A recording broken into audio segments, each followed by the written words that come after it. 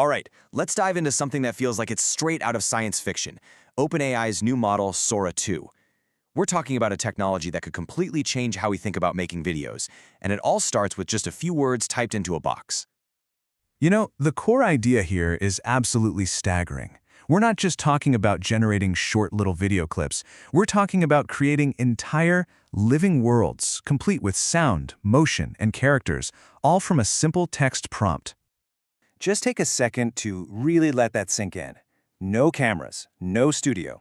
The goal here is to create a full audiovisual experience, an entire scene, just from a single command. It's like the barrier between what you can imagine and what you can create is just dissolving. So what is this thing really? What's the tech behind this incredible leap? Well, it's the next evolution of a model that already blew our minds a few months ago, but now it has a whole new and absolutely critical dimension added right on top. And here's the heart of it. Sora 2 is the next step for OpenAI's video AI. But the major upgrade isn't just making the pictures look better, it's the full integration of sound. We're talking dialogue, sound effects, background noise, all of it generated together and all of it perfectly in sync.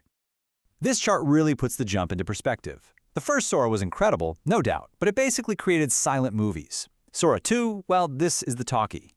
It goes from being a really powerful visual toy to a complete scene generator, adding all those crucial layers of sound that actually make a world feel real.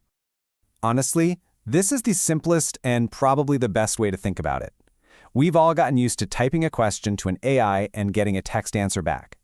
Now, just imagine that same kind of interaction, but instead of words, the AI's response is a complete custom-made video scene, ready to watch. Okay, so let's get into the weeds a little bit. Let's break down the features that make Sora 2 so incredibly powerful. What are the new capabilities that really set this thing apart? Okay, let's walk through these because they're pretty wild. Better physical accuracy just means stuff moves the way it should. Gravity works. Prompt control is a huge one. It means you can create a character and Sora 2 will actually remember what they look like if you want to use them in another scene. Cinematic range is all about creative freedom. You can go for gritty and realistic or something totally stylized, like anime. Then, of course, there's the big one, unified video and audio. And finally, this fascinating one, likeness cameos, which means, with your permission, you could literally become an actor in your own AI-generated movie. So you put all that together, and this is what you get. It's not just a fancy animation tool. It's like having a director, a sound designer, a camera crew, and a location scout all rolled into one single interface. The power here is just immense. And, of course, so are the potential risks. Now, anytime you have technology this powerful, you have to talk about safety. It raises some immediate and really important questions. So let's take a look at the guardrails that OpenAI is trying to build around this. And let's just be direct about it. The potential to create fake, misleading, or even harmful content with a tool like this is very real. It seems like OpenAI gets that, which is probably why they're being so careful and deliberate with how they're rolling it out. So here's their plan to try and manage those risks. First, you've got watermarks and metadata to clearly label content as AI-generated, which is going to be critical. The consent rule for likenesses is there to prevent deepfaking people without permission. Then there are moderation tools to automatically block harmful prompts right from the start. And finally, this slow, invite-only rollout lets them watch how people are using it in the real world before just opening the floodgates. Okay, so with those safeguards in mind, let's look ahead.